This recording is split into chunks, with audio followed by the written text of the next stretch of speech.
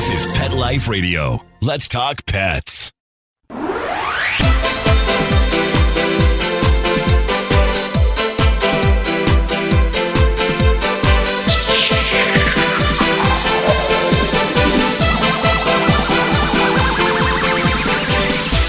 Hello, this is Deb Wolfe, and you're listening to Animal Party on Pet Life Radio. And I have a very special guest today, someone who's never been on the program, first-timer, but he's been a veterinarian for 23 years, so he knows his way around your dogs and your cats, and he's coming on to help us today with some advice and some discussion, and I know some opinions. We're going to be talking to Dr. Jory Bocknek, an old friend of mine. And, I'll just, without telling you more about him, I'll just say hello to Jory. We'll talk a little bit. We'll let you know what we're going to be talking about today. Welcome, Jory. Hi, Deb. Did you really have to say old friend? Yes, I did. It's been a long time. I go back with you, and I hope you're ready for this. As far as Dooley, I go back to Dooley. I know. Julie, the big There's more than a black few decades lab. here. Yeah. And then Maggie, the bearded collie. I remember Baron. Oh, you remember my Baron? That was my first dog ever. Of course I do. He's like the standard. He is the absolute best standard poodle ever, and he is the gold standard by which I measure every other standard I ever meet. Oh, that's so nice. I breed standard poodles now. And same here. I measure them all by, is it as calm as Baron? Is it as wise as Baron? He saved us from ice on the toboggan. He had some real heroics to his life story. But today, we're not going to talk about Baron as much as I'd like to. I'll get all emotional, so we're not going to do that. We're going to talk about some topics that are pretty timely in spring. I'm finding it timely at Camp Good Dog, and seasonal things, caring for grooming and the importance of that. I just had a case I couldn't believe, so I'm going to tell you about that when we get back from the break. And I know you want to talk about raw food, so we're going to hit on that, and we'll just see where our conversation goes. So, for sure. Are you ready for that, Jory? I'm up and ready for whatever. It's all good. Have you been seeing grooming issues this spring? Typically I see grooming issues all year, but you're right, it does pick up in the spring because everybody starts getting outside, and even though the animals haven't been groomed in a while during the winter, they don't get tangled up with sticks and leaves and dirt nearly as much as now that the spring has finally arrived a month and a half late in the eastern provinces. But this last week I've had at least 6 cats off the top of my head that have had nails growing into their pads. And the clients look at me like, doing what? I didn't notice. I'm like, how can you not notice? Like, it's about a centimeter into the pad. Like, this is an obvious thing. We see it, and I'll probably see that on a weekly basis. You see the Shih Tzu comes in that looks more like a sheep because it's like one solid mass of fur. And it's not just beauty. Like, people think, oh, well, who cares? It's just a dog. No, the skin is actually pulled apart. The mat painful. Gets... And then there's exceptionally painful, like infection, right? Like it just gets so deep, and it becomes a problem that's not just brushing and beauty. It becomes a medical problem. No, it's a humane problem, actually. If you look at some of these cats where they come in with, like, they're matted from their neck to their tushy. And no wonder they're cranky because they're constantly in pain. This kinds of mats, especially at certain parts of their bodies where they're more sensitive, it's like someone pulling your hair all the time, and you can't get away from it, and you can't relieve that pain. And so when the kids come home and somebody goes to pet the dog and the hair behind its ears is just driving it crazy because there's these huge mats, they turn on the child, and then they're like, oh, the dog's misbehaving. Well, no, the dog's in chronic pain, and you've missed it. And now the consequence of that, the natural consequence, is the dog responds as it would in pain because the child inadvertently touches a sore spot. And it's not a behavioral issue, it's a husbandry issue. Okay, so I totally agree with that. And I see your point about the cats and the nails growing in. I thought that was mostly an issue with cats who had extra toes. I have a cat like that. He has extra toes, he has extra nails, they grow funny directions. I have to be on it. Is that really a problem with everybody's cat? Should everybody be checking their cat's It's everybody's cat. I mean, I see a lot in Himalayans or a lot of my long-furred kitties simply because you can't see them.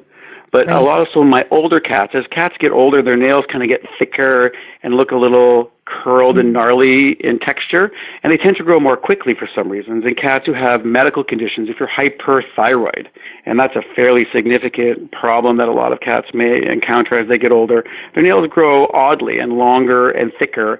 And so you've been trimming your cat's nails maybe once a month, and all of a sudden now you've got to be doing it once a week. And if you're not on top of it, before you know it, those thumb pads are now being penetrated by that nail because it's not something you actually see that often. Okay, so this sort of feeds into something that was in the news recently. Last week, our province finally decided no more declawing. It was already prohibited on Vancouver Island. If a vet wanted to declaw a cat, his license, his insurance, everything would be at risk, so nobody was doing it anymore.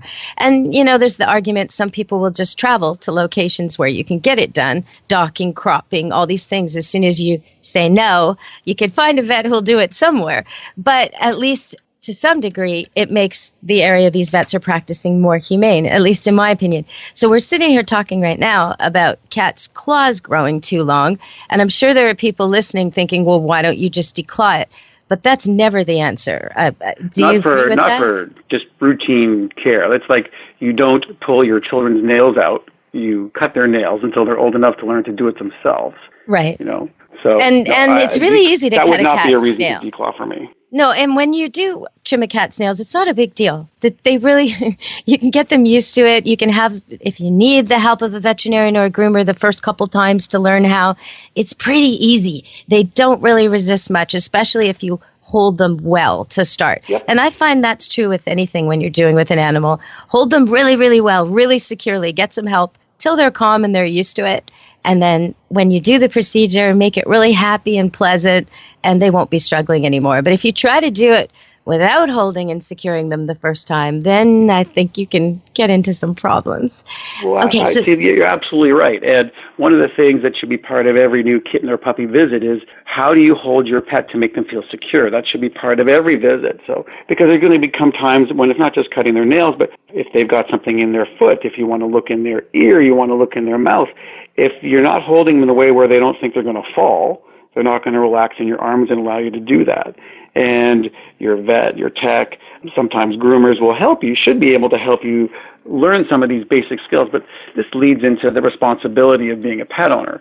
I mean, It's one thing to go out and spend your hard-earned money or adopting an animal for nothing, but that's the easy part. The hard part is the daily grind and the day-to-day enjoyment. And part of those things are learning the skills you need to be able to take care of the creature you're choosing to bring into your family, whether it's a reptile, a fish, a cat, a dog, a bird, it's irrelevant.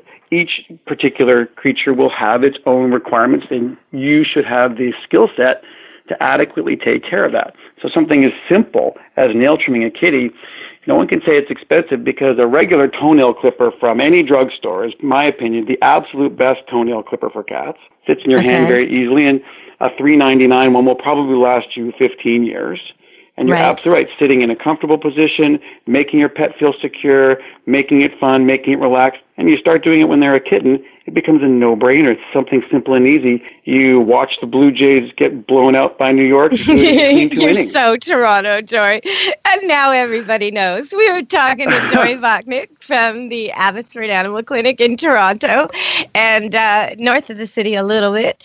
And I'm here in Vancouver, and we're having a cross-Canada call. We're going to go to break, and when we come back, we're going to talk about something else that was in the news, sadly, again, pit bulls. So we're going to talk about that, I hope, briefly, but we do have to cover it. So, Jory, we'll be back with Dr. Jory Bocknek in a moment. Stay tuned to Animal Party on Pet Life Radio. I love cleaning the litter box, said no one ever. Luckily, there's World's Best Cat Litter, the litter that promises less mess with less litter. Only World's Best Cat Litter uses the concentrated power of corn to quickly trap odors in tight clumps. And quick clumping means you never have to chisel or scrape the box. Less cleanup with less wasted litter? That's a litter bit amazing. Save $2 on World's Best Cat Litter. Visit www.saveonworldsbest.com. Let's Talk Pets on PetLifeRadio.com.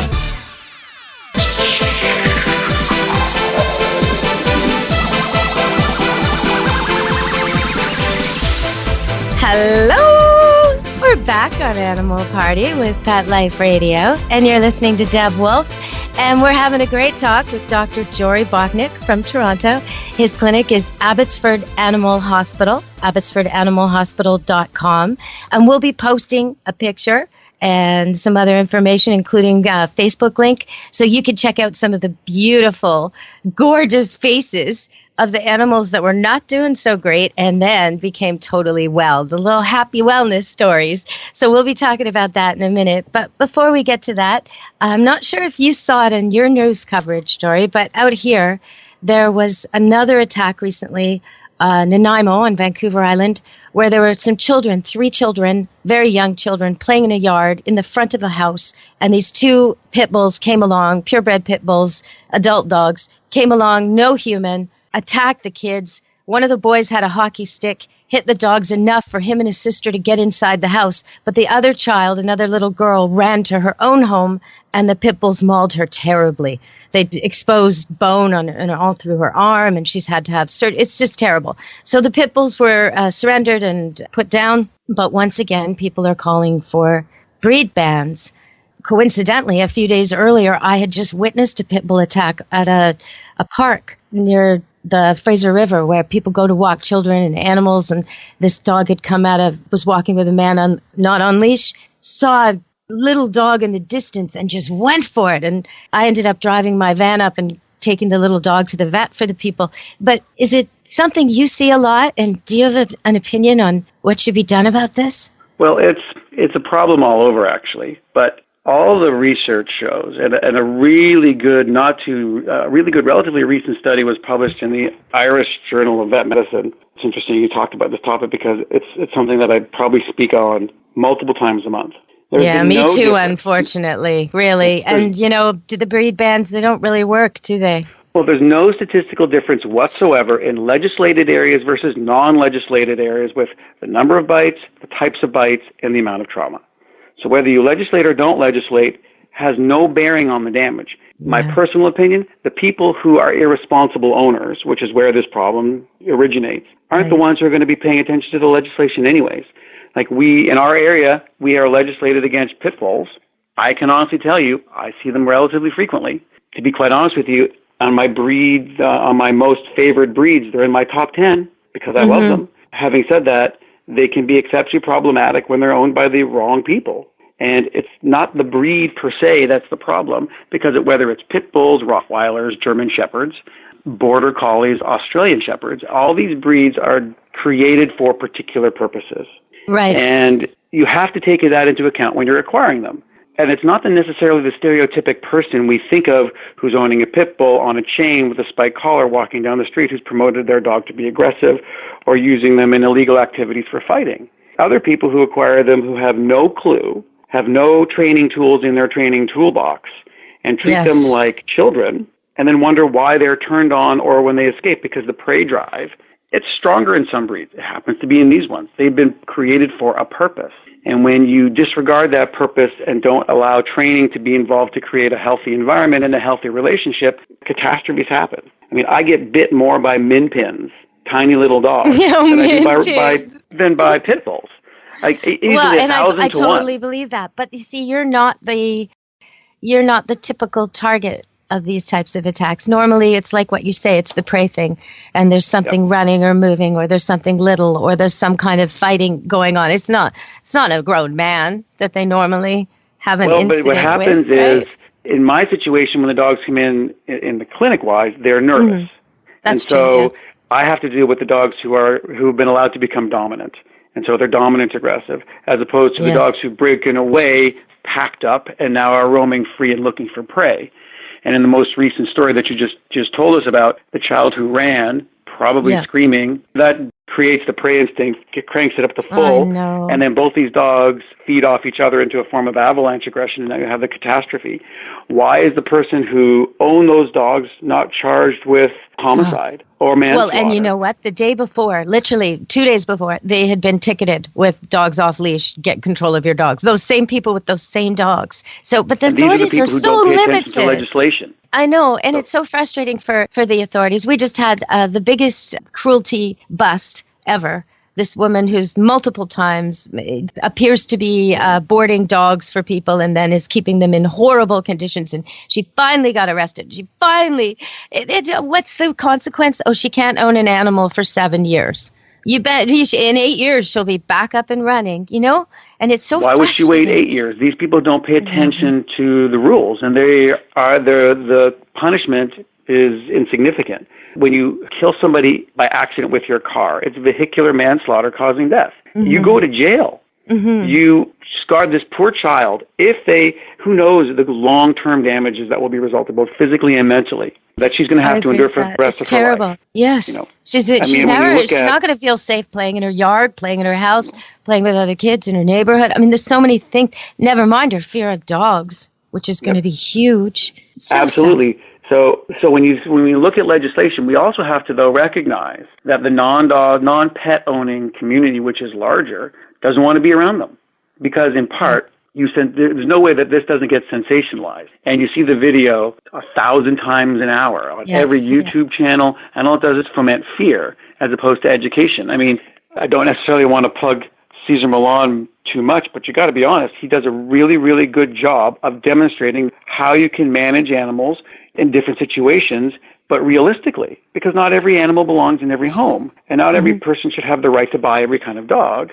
But we have no tests, we have no rules, and we have no regulations. And so you get people who, even well-intentioned, collect these animals and then have no clue with what they're doing, and then these dogs are out and they're loose. And nobody intended for something terrible to happen, but it doesn't mean it didn't happen. And it doesn't mean it won't happen again because, okay, I won't get, an American Staff, I'll get a Presta Canario. Well, that's the other thing, right? We ban pit bulls and we get stronger, tougher, more aggressive breeds coming on the market. Presta Canarios. And I mean, if you don't raise that well, we're in real trouble. It's a pit bull times 2, really, weight and size wise. They're all very subtle variations of a similar theme. And they appeal to a certain population for a variety of reasons. They appeal to me. We probably have more that type breed than any clinic around us. We get all the animals that nobody likes to handle. Well, I accept them here at Camp Good Dog. So we do have pit bulls coming here that no one else will take, and some of them are fantastic. Ours is a behavioral line. If your dog is aggressive with people and dogs, it can't come here. It can come here for training, but it can't come here to stay because I won't expose my staff to that kind of thing. But if it's a pit bull and it's sweet and social and friendly, then it can come here, and so that's how that goes. But I do get your point about the well-meaning people, because there are some people who don't get that what they have is a dog who was bred for fighting, and what they have is, like a giant muscle with a big head and a big jaw. They think it's a sweetie pie, sucky pie, and they maybe don't take the training that people who would go out and buy a Doberman would understandably know they need to take. They know they need to train this dog. There's a lot of people who get sucked in by this, let's rescue all the pit bulls, and they don't know what they're doing. And I totally take your point on that.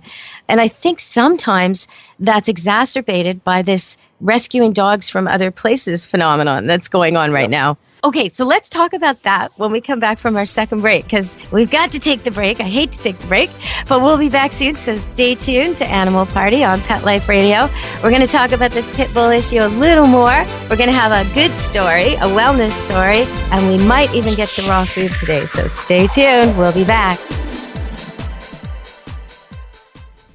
When Helen Brown ran away to New York City 5 years ago, she had no idea that a homeless cat with a punk rock haircut and enough catitude to light up the Empire State Building would be the one to teach her the true meaning of love and a forever home. In the tradition of her internationally best-selling memoir, Cleo, Helen Brown's Bono, the amazing story of a rescue cat who inspired a community, is a heartwarming true story about a woman without an anchor, a homeless cat without much hope, and finding a forever home in the city that never sleeps. Modern Cat magazine calls Bono an uplifting tale about how everyone deserves love and a second chance. Bono by Helen Brown is on sale now everywhere. Does your dog itch, scratch, stink, or shed like crazy? Come to Dinovite for help. Order a 90-day supply of Dinovite. Dinovite is nutrition. Pick up 2 bottles of Lico Chops, get the 3rd bottle free. New improved Lico Chops with omega-3, omega-6, vitamin E. And now, 6 extra direct-fed microbials. Even better for the digestive tract and immune system. Try Lico Chops. Buy 2, get one free. At Dinovite.com. DINOVITE.com.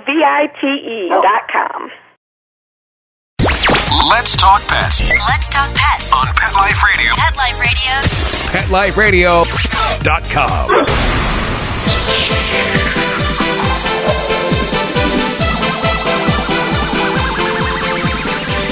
Hello! You're back on Animal Party, Pet Life Radio. And we're talking to Dr. Jory Bocknek at Abbotsford Animal Hospital. And you can see him at abbotsfordanimalhospital.com. And that's over in Toronto, north of the city there. And he's got a great Facebook site where you can see pictures of the dogs coming in not so great and then getting well. So happy stories all around. But we're in the middle of talking about the pit bull issue. And I didn't want to cut you off, Jory. So we're back from break. Let's keep talking about the pit bull issue. You know, further to what you're saying and what we talked about a little bit with how the media portrays these, you've got the sensationalized side with here's the pit bull attack, and subsequently it's all over, so we create a level of fear. But on the other side, you've got people who, and here's a bit of a problem with Caesar, where he'll show some of his pitties like Daddy or Mr. President, and everybody sees these pitties on TV, and they're fantastic, and they go, oh, I can have that. But then they don't recognize that there was a relatively large amount of training that went involved in socializing. It doesn't mean you have to be a Caesar Milan to own that, but there's a certain amount of work and research you need to do and knowledge you need to have before you enter into the ownership of that kind of dog, because it's not a Labrador. It's not a Golden Retriever. And so it's been created with lots of breeding and genetics for a particular purpose. And if you're going to depurpose it, you have to be prepared for it. And when you treat them, as we said earlier, it doesn't necessarily mean people with bad intentions. These are people with good intentions who are either adopting them, rescuing them, or purchasing them. But then they treat them like they're children and they indulge them. And then the next thing you know, the dog runs the house, gets out, and you have a problem. Or you can't come into the kitchen, but he's a really good dog. Or if he's on the couch, you can't go into the family room, but he's a really good dog. I love the these part. are He's the a great behavior dog. problems that I see all the and time. You get this list, right? Like this and this is wrong and this is wrong, but he's a good dog, and the list gets longer and longer. Oh, we can't go near him when he's eating. Oh, we can't go near his cage. Oh no, don't touch his toys. Don't put your hand in the car window, and it gets bigger and bigger and bigger. Like, don't these people realize they've got a ticking time bomb? No, they don't. But then they always qualify the first time he attacks, they say, "Oh, he's never done that before." Yes, he has. He never saw it coming. But he's a really good dog. He's a really good dog. What makes him a good dog is what I want to know. Because there is a good dog inside there. But when they let that sucky puppy climb on the bed, and then he got more and more mature. And I'm not saying every dog should be off the bed. But a dominant dog, oh boy, you don't let him on the bed. Because then that's it. That's the end of your rule of the house. But okay, so the other thing about this rescue problem I see is that people unload. There will be breeders breeding for the fight ring, and they'll unload. Some of those dogs aren't quite aggressive enough for fighting, but they'll end up in homes that have no idea where they got that dog from. And that's a problem for me too. Well, and unfortunately, the shelters can only go by what they're given, and they're all underfunded, and all the shelters are staffed with excellent, well-intentioned people. They're all out there to do a good thing. The problem is what they're trying to do can cause harm, because unfortunately good intentions can lead to harm, and you end up with some of these dogs who, you and I have heard them all, right? Oh, we had to get rid of the dog because he's allergic. Or we had to get rid of the dog because we're moving, et cetera, got et cetera. divorced, but we got on a sabbatical, yeah, exactly. And then you find out, no.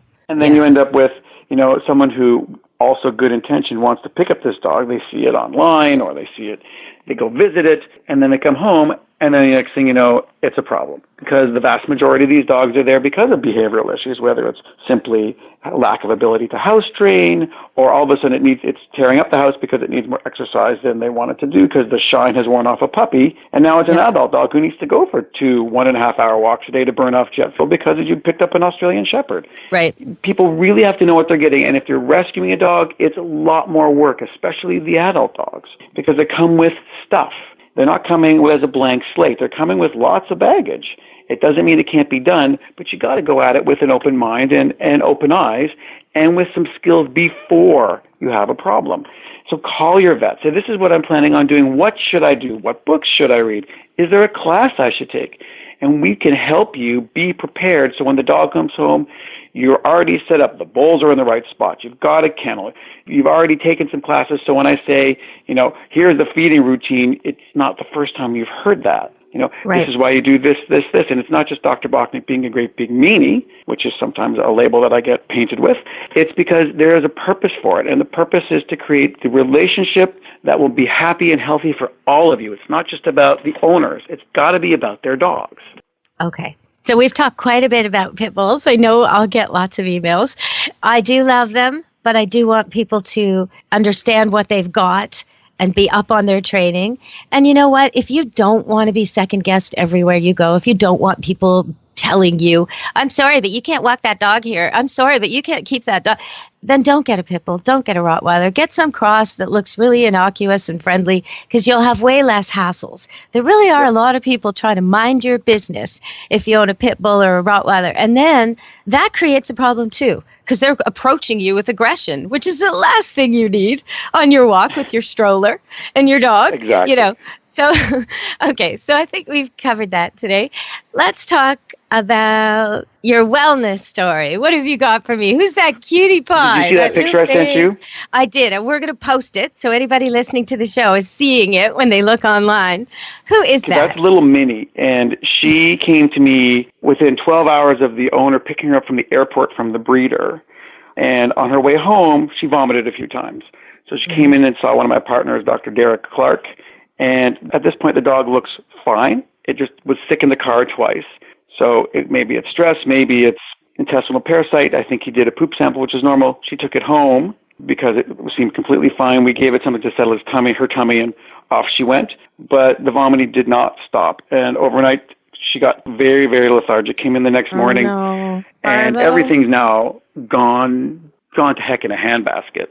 She can't raise her head. Ultimately, she bled into her stomach. And what we believe happened was the reason I talked a bit about raw food is she was raised on raw food, and our suspicion is she got salmonella E. coli poisoning.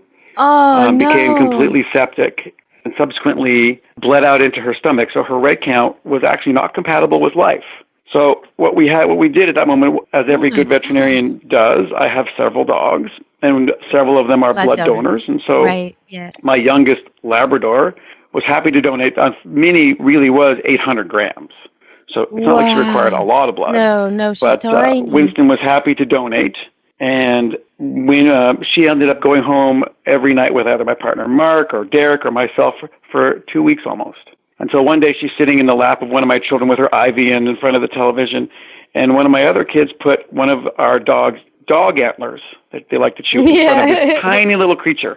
And all of a sudden her eyes opened and she sniffed it and she started to chew it. And I was like, that's a behavior that Winston seems to do.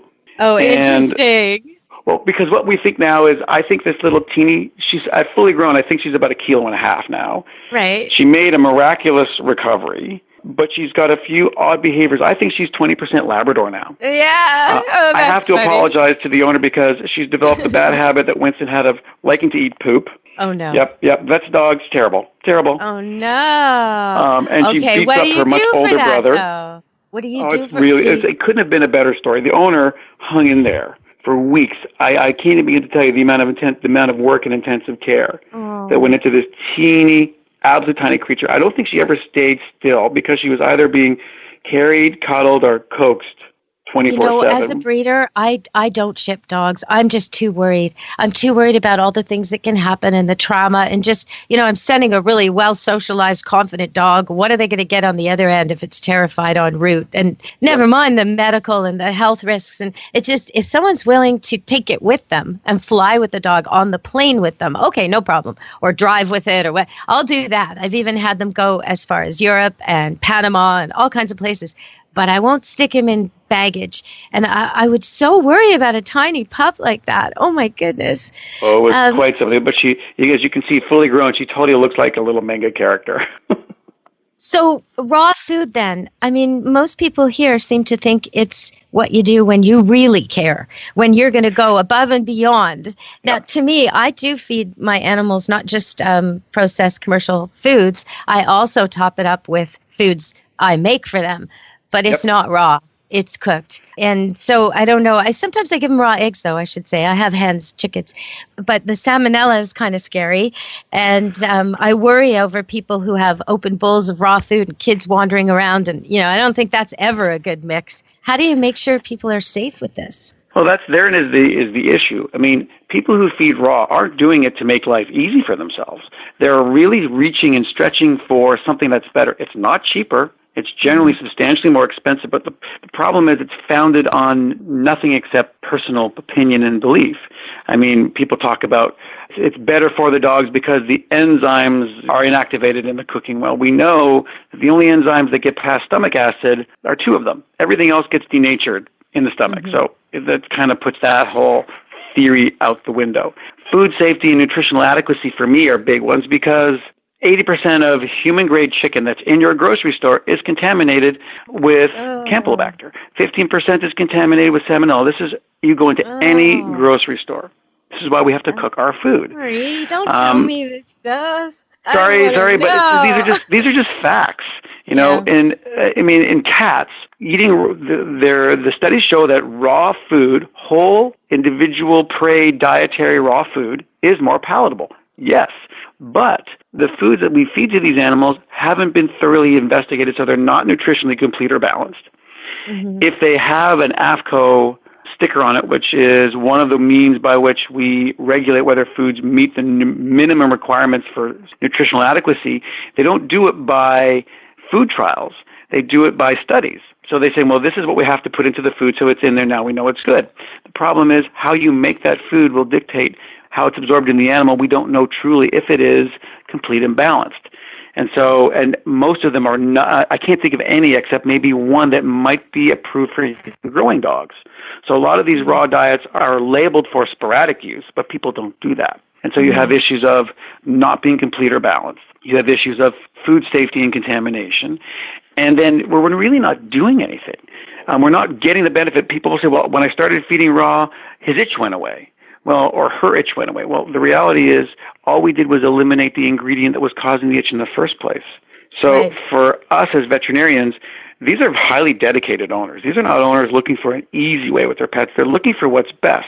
So our responsibility is to acknowledge that these are highly dedicated owners prepared to go an extra mile or 2 for their animals. How can we give them better tools so they can make better choices? So when you talk about home cooking, we have some excellent guidelines now for home-cooked recipes. If you really want to go that extra mile and be in control, here are the recipes, and we'll give them out to you. And there are some human-quality foods that are available now that are approved for use in dogs that have gone through food trials, and we can do that. But talk to your vets. We're here to provide the best information we can to allow your animals to be healthier for the longest period of time. And the reason our Labradors, I keep going back to labs because I tend to have about 7 at any one time. I have one right now. When we were young, and I had Dooley, if you recall, an old lab was 9. Well, now old labs are 15. And they're not 15 because we can do MRIs and replace corneas and do heart surgery. They're living to be 15 because we prevent them from getting sick through good vaccination protocols. We offer them excellent nutrition that keeps them healthy, and we keep them healthier longer. So while we have really cool and slick medicine and surgical procedures, it's the day-to-day husbandry. It goes back to what we said earlier with the dog breeds. It's the day-to-day training that creates a happy, healthy household for the owners and the pets. And it's the day-to-day animal health with good food, preventing them from getting sick, good exercise, good coat care, that keeps these animals healthier and will keep them in our family longer. You sort of touched on it a bit when you talked about mismatched owners to pets, when, couch potato people buy border collies and wonder why their dog's destroying the house. But I think boredom is a big, big deal in this. I've been running this place here, Camp Good Dog, since 2000 officially. And so I see lots and lots of dogs coming, and I see what they come with. They come with their own food. So I see who's feeding the fancy foods and the cheaper foods, and who's, frozen raw tripe, and who's got the processed kibble from the supermarket, and all the different things. And I do see the biggest difference, who lives the longest, who's the healthiest, seems to be the dogs who are entertained and exercised. The ones who are bored, chronically bored, no matter what they're fed, they don't do that well. You got to spend time with them. That's really absolutely. It makes critical. a difference whether you're a dog, a cat, or a person. The secret to longevity doesn't start when you're 50 or 60. The secret to longevity starts when you're a kid and you're active. You got to be engaged. The more you do, the better your food is day to day. The less ice cream you give your dog, and the better. And if as I said, raw food diet people are prepared to go the extra mile and spend the extra money. If you're prepared to do that, then cook for your dog. Be in control completely of the ingredients. And if your dog's itchy, you now can have the control to say, I'm going to pull out poultry and I'm going to insert venison. And then we do a trial for 4 weeks. Oh, my God, this coat's gotten better. It has nothing to do with how we prepared it, whether it's raw or not. It's the ingredients that we choose and whether the dog is sensitive or not. Well, and sometimes it's the additives. It's these weird ingredients in the food. So just switching a brand or switching from one type to another can solve your problem. You don't necessarily, if you've got a dog who's scratching and picking or always has ear infections, you're constantly going to the vet for the same recurring problems, probably a diet change is a good plan, wouldn't you say? Diet change is a good plan. Looking for that underlying problem. The ear infections, that's a really good point, especially for this time of year. Ear infections are almost always secondary. Secondary to something else. The infection is a result of the inflammation in the ear. And what's driving that? Well, this time of year, it's all the trees are pollinating. Look at your cars. Everything's covered in yellow. And you can start to see the dogs who come in with these recurrent ear infections because they have an underlying allergy to something. So whether it's food, whether it's inhaled, or whether it's contact, you got to look for it. But that's also part of being an engaged owner. The dog isn't the toy you put on the shelf, pull out for an hour, and then put back on the shelf. Going back to your point about being engaged and keeping them from getting bored. Well, and cats, I see people treat cats like paintings. You just put it on the wall, you put it on the shelf, and you walk away like it's an object of art. No, a cat needs to play. It's not a plant. It's not a house plant. They need to be able to express as well. Good point. Oh, we've run out of time. I think we covered everything, but I so want to do another show. I hope you'll come back. We can work on another show. Oh, right on. Okay, so we're going to have to plan that. And thank you so much for coming to the show and sharing. Talk to you, Deb. And for everyone listening, if you want to hear more from Dr. Jory Bocknek, you can check him out at abbotsfordanimalhospital.com. We're also going to post the Facebook link so you can look at that cute puppy we were talking about. And we're going to post her picture too and some other information about Dr. Jory so you can get to know him a little bit. We're going to have him back on the show for sure. All right, everybody. So thank you for joining us today. Until next time, be good to your animals. Let's Talk Pets, every week on demand, only on PetLifeRadio.com.